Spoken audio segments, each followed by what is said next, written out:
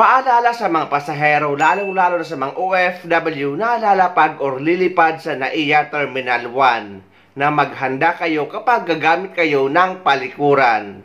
Dahil nung nakaraang araw ay nawala ng tubig sa nasabing paliparan dahil sa nasirang pipeline. At hanggang sa kasalukuyan ay tubig galing sa fire truck ang dinedeliver para magamit ng mga pasahero sa airport.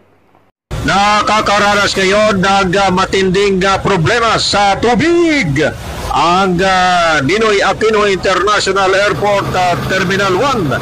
Ito'y matapos na may umano'y pumutok na pipeline patungo ng Terminal 1 kung kaya't nawala ng tubig kanina pang madaling araw.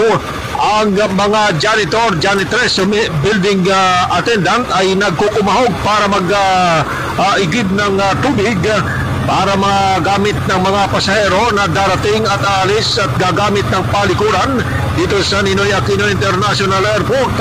Ang mga ito ay matyagang naghahakot ng mga tubig mula sa isang truck na may dala ng tubig at lahat ng kanilang mga balde at ginagamit para ilagay sa mga palikuran ng paliparan dahilan sa mga karamihan sa mga pasahero ay naghahanap ng tubig pag sila ay gumagamit.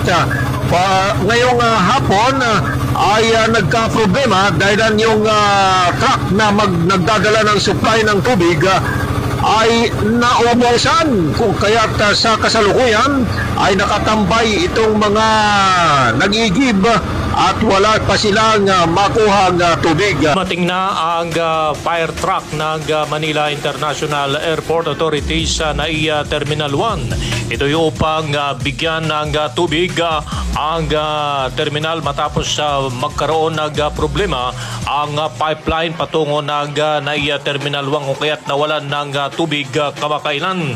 Ngayon po ay bibigyan at ilalagay ang naturang mga tubig para magamit sa mga palikuran ng ating paliparan, partikular na mga pasahero na darating at aalis sa NAIA Terminal 1.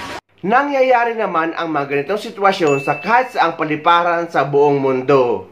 Gusto lang natin bigyan ng paalala ang mga kababayan natin na kung hindi pa ito naayos ay at least ay handa sila. Magdala na lang kayo ng wet wipes, okay naman ang alcohol na 100 ml lang na pwedeng dalhin sa hand carry dahil for sure ay hindi ka nais-nais ang magiging amoy kapag hindi sapat ang tubig sa palikuran.